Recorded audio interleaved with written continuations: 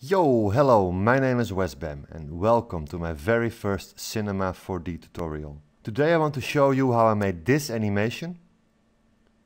And it's rather simple, it's just some balls growing.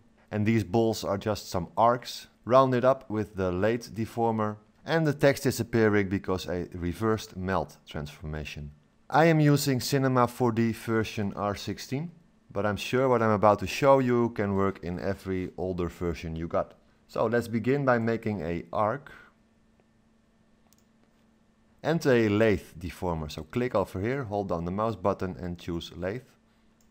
Drag the arc in the lathe and we already got a half sphere. Now if I click on the arc and I go to the attributes for the object, you can see if I play with the start and end angle, I can change the appearance of the arc and thus the appearance of the balls. So I'm going to set the end angle to exactly minus 90 degrees. And if I make the start angle plus 90 degrees, I got a perfect sphere. So by simply dragging down the start angle, I can make my ball grow or shrink. Now a few things I need to fix first. As you can see, there is no really thickness to this ball. And that's set here in the type. Now it's set to arc, and if I change the type to ring, there is some thickness.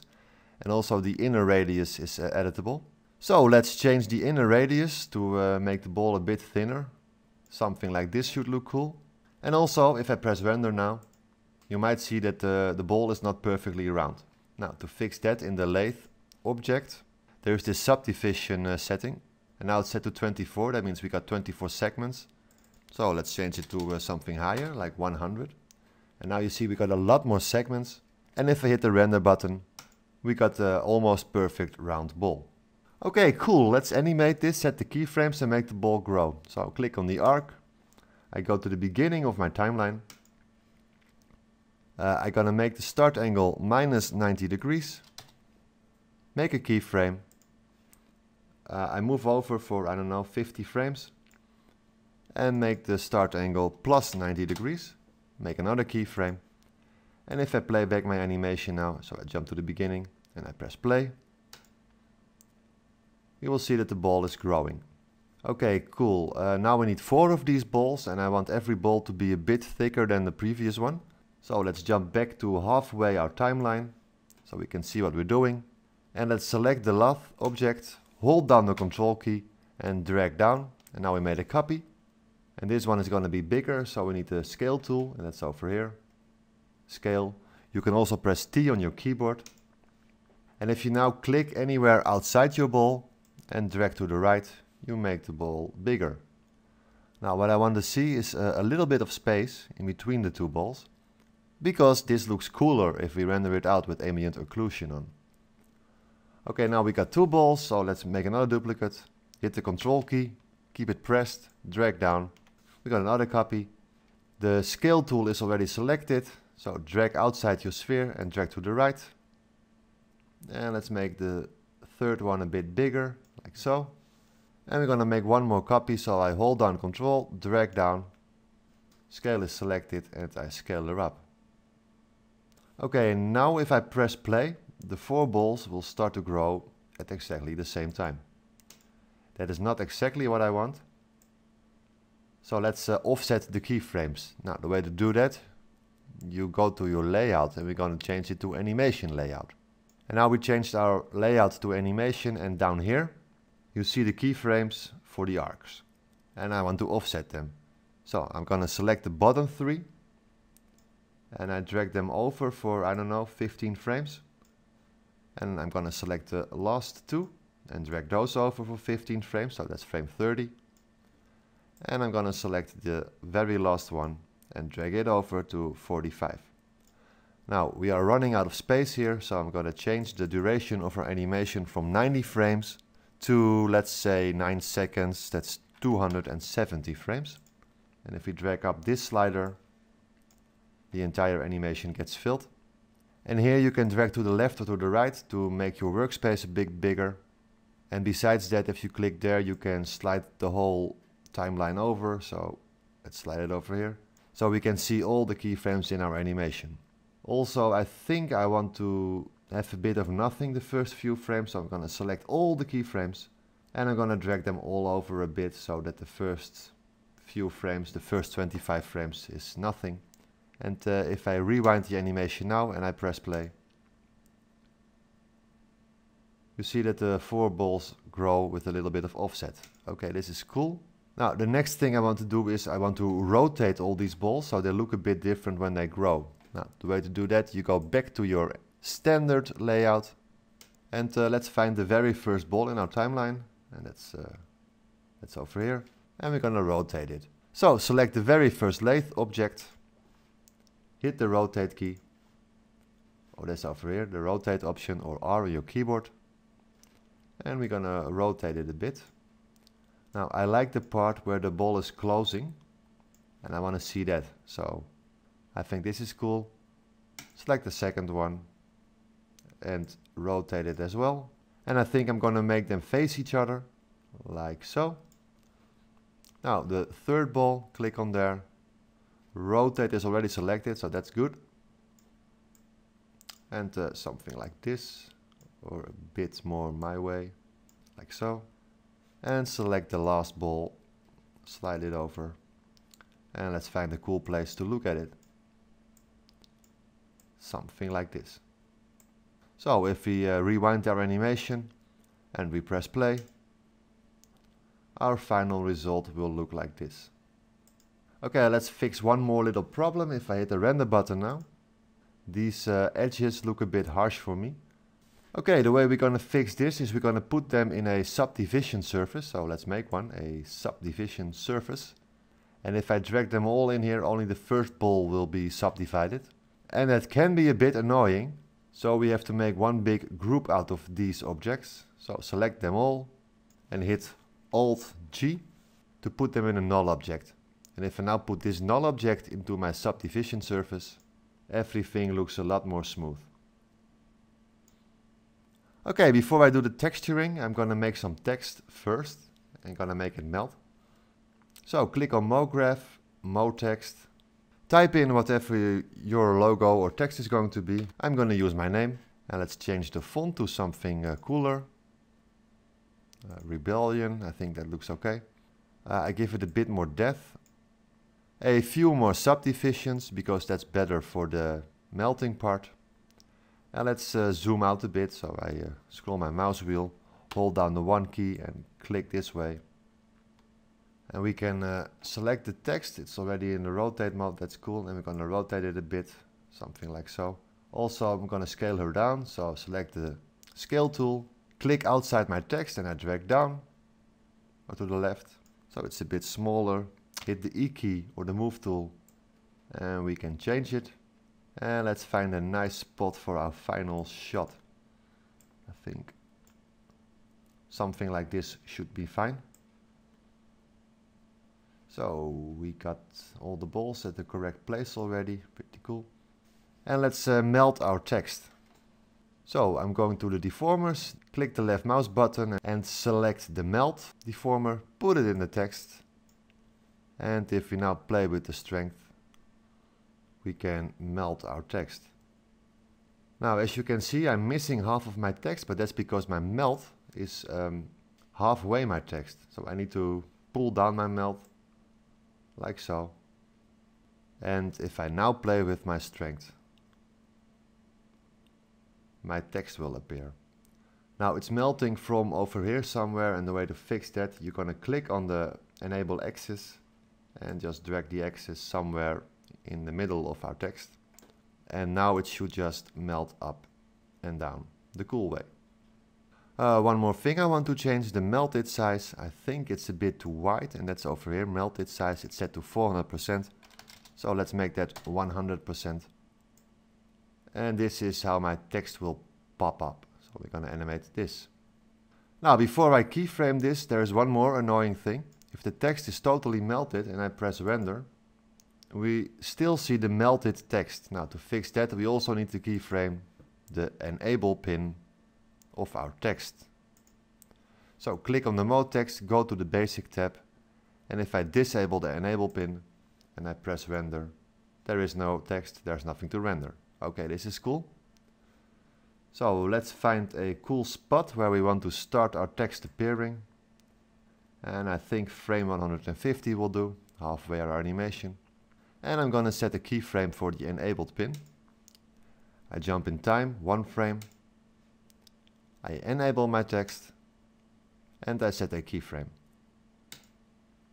Okay, let's jump back to the previous keyframe. So this is this button, go to previous keyframe. And let's start animating the melt deformer. So click on the melt deformer, go to the object, and the only thing I want to animate is the strength. So let's drag her down all the way to 0%, hit a keyframe. Oh, that wasn't 0%, it should be 100%.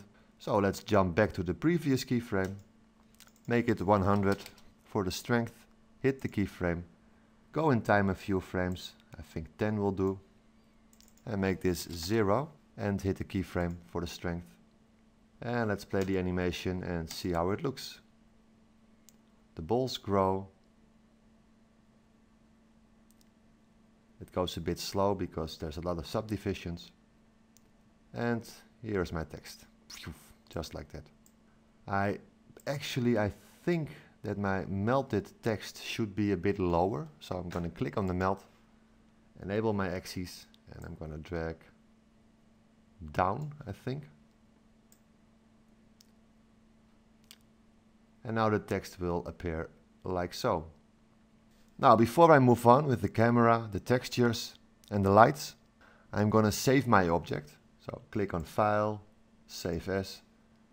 And here I got a tutorials folder. I'm going to save my work in here because if weird things happen, we still got this original one. So this is tutorial number 1 because it's my very first tutorial. Okay, it's time to make some textures and some lights and some cameras. So I don't know, let's begin with some lights.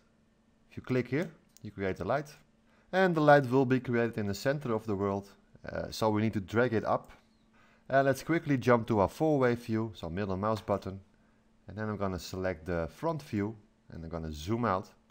And I'm going to put my light a lot higher. Okay, next I'm going to jump to my top view, so middle mouse button, you see those 4, and this is the top view. And I'm going to zoom out as well. Let's copy this light. And this will be the back of my text. And this light will be the back of my ball. Why not? Let's make one more copy. And this will be the front of everything. Well, let's give the 2 backlights, select them both. And let's make them a bit blue-ish. So I'm going to click on the color, select the blue color, and just a slight little hint of blue. You know, you don't want to go too crazy because this is already pretty blue for a light. Okay, the front light, let's call this front light, so we know what it is. I'm going to make this a bit warmer, so I'm going to click on the color again, select an orangey color, and make it a bit warmer, like so. Hit OK. You hardly see it here, but this is really a lot warmer than pure white. And let's jump back to the front view. Now if I hit render now, as you can see, my lights are lighting the scene pretty well, except here at the bottom of the ball it's a bit dark. So let's make another light and let's drag this one down. So this is now directly beneath my ball, and why not? I'm going to make this also a bluish color, and let's see how this looks. And now I still got a dark spot over here, so I think I need to make another copy of that light at the bottom. And light my scene from 2 places from the bottom. So I'm gonna make another copy. And let's go to the top view again. One of these lights goes over here. And the other one goes, I don't know, over here, beneath my text. And if we now render our scene, the ball is lit. Not evenly, but interestingly. And my text is also lit. So these 2 are the bottoms. The bottom lights, BT. This one too, BT. And these 2 I'm not even gonna bother. Okay, time for some textures. Well, before I do that, I first want to make a background. So I'm gonna click here and then I select background. And now I got a background in my scene. And my background of course needs a texture. So I double left click here. I create a new material and then I open it up. And now I got my material editor. Now for the color, I'm not going to use a color, but I'm going to use a texture. And I'm not going to use a picture, but if you click on the arrow over here, I'm going to pick a gradient. Now the default gradient is a linear one. So let's click on this preview of the gradient. And over here at the type, we're going to pick circular. And now my default gradient is looking like this. So let's change the two nuts. You can make more if you want to, but I'm just going to do it fast and easy. I left click on the first nut. And I want to make it a pale pink to a darker pink from the in to the outside. So let's find a pink color, a pale pink, something like this. And for the darker color, the same pinkish color, but a bit darker, something like this. Now to make my background a little bit more interesting, I'm going to add 3% turbulence in there. And this just makes the bending not so obvious. So we got this material, we can drag it onto the background, and if I hit render now, my scene looks like this. Okay, time for a texture for the balls. Double left click here, and let's make a texture. For the color, well, you can pick of course any color you want. I'm going for orange. And I also think I'm going to introduce a very little bump, so I'm going to click on the bump, enable it of course. And then for the texture for the bump, I'm going to select a noise. Now the default noise is perfect, but it's a bit too big for me. So click on the preview, and here you got all the settings for your noise. Now all I'm going to change is the global scale. I'm going to change it down to 50%. And if you press this little back arrow, you go back to the bump. Now the strength is set to 20. And I want it to be a -3. It's just a little bump. And that should be good for our texture for now. So let's apply it onto the first ball. So you need to open up your subdivision surface and your null object. So we can apply the textures to the individual balls. And the last ball will be orange, like so. And if I hit render now, you see we got a little bump map and some interesting textures. Now actually I think I want to have a bit more reflectance, so let's select the texture again. Go to the reflectance tab and add a, I don't know, a Beckman. Pull it way down, 20% or something. Put the reflection strength way down. And this will look more interesting if the balls are growing. Okay, if we scroll back in time to about here, and if I hit render now, you might see that the difference between this ball and the orange ball is not that big, and that's because we need to do one more special thing with our render settings, and that's enable ambient occlusion. So click on the Edit Render Settings button and edit the effect Ambient Occlusion. The default is okay, so we can leave it like this. And while I'm here, I'm also going to enable my anti-aliasing. Now it's set to geometry, I'm going to set it at best. And my filter, I'm going to set it as animation, because we are animating. And at the output tab, you can set your screen size. Now I'm going to leave my screen size as it is, but what it means is if you go to back to your view, you see these dark gray bars over here, and everything in between there will be rendered. So later, if we're going to set up our camera, we need to be sure that our objects are between these two gray bars. Let me zoom in on this ball, by the way, and hit render. And now you see there is a little black space between the balls, and that's because of the ambient occlusion. Okay, I think this looks okay for my first color, but we have 4 balls, so we need 4 colors. So let's duplicate this material 4 times. I'm just going to hold down the control key and drag the material to the right. We got 1 copy. Do it again and do it again. Now the 4 colors you're going to choose, it's up to you, but I'm Dutch, so I'm going to do my red, white and blue flag. So I'm going to select my first material. I'm going to change my color to something red. So this is the red color, and the other one is going to be white. So let's make a white color. Something like this should work fine. And let's make a blue color.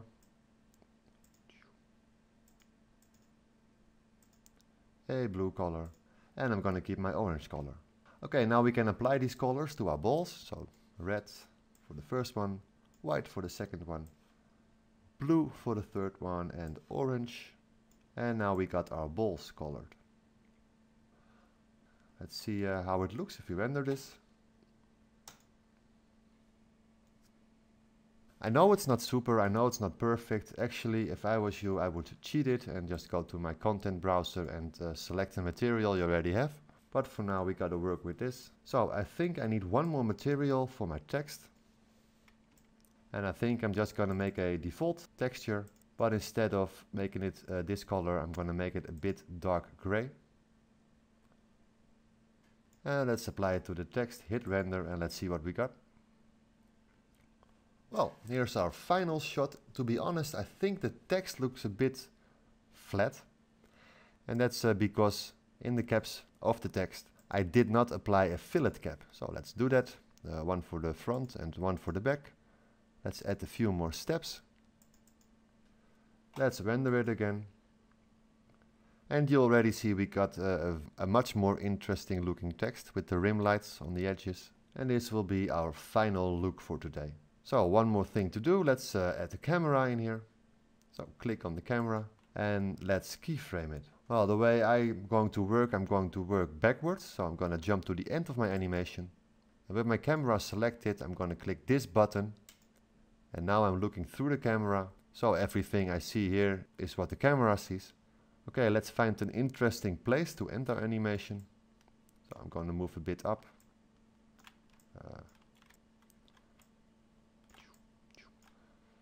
Something like this for my final shot, why not? Select the camera, hit the Record Active Objects button, and now I made a keyframe for my camera and all its settings. So let's move back in time a bit. And over here where my text starts to grow, I think I want to be a bit closer on my text. And actually I'm not that happy the way my text looks, my melt object, but we're going to fix that later. Let's make another keyframe.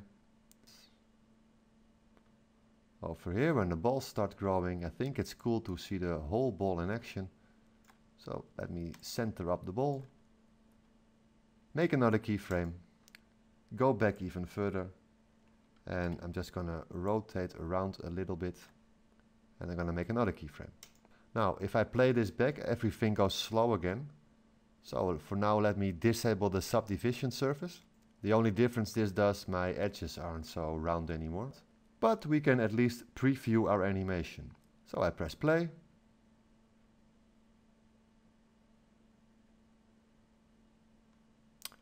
And well, here we have it. My keyframe over here, where my text is coming in. I think we can do her like this a bit. And then the final keyframe where my shot is finished, I think I'm going to pull out a bit. Select the camera, hit a keyframe. And it overrides my old keyframe. And if I now preview my animation.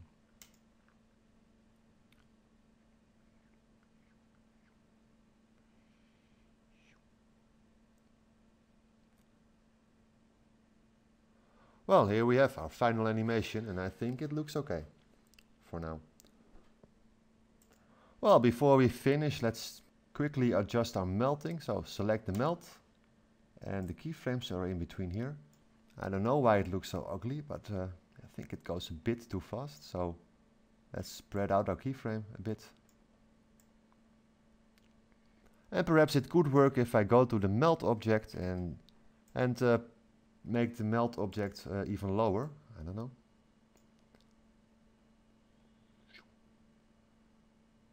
It looks a bit better, but I think my melting starts a bit too slow. So let's jump to the animation and fix those keyframes for my mode text. So that's over here somewhere in the melt, the strength, it's this one. And if you click on this button, you see the F curve. Well, you don't see it now, but if you press the S, see it over here. So select the melt, press S, and you see the curve. And it starts slowly and it goes normal and it ends slowly. I think I wanted to start fast, so I'm going to click on the first keyframe.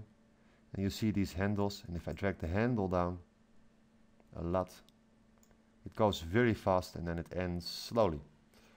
Let's see how that looks. And I think this looks way better.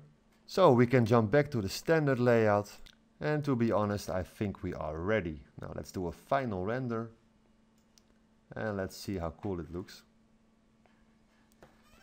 Well, I think we are ready to render this out. And I know it's a long tutorial, but thank you for sticking with me. I hoped you learned something. I'm planning on doing more of these tutorials because there is so much I want to show you guys. My name is Westbam, and I see you all next time.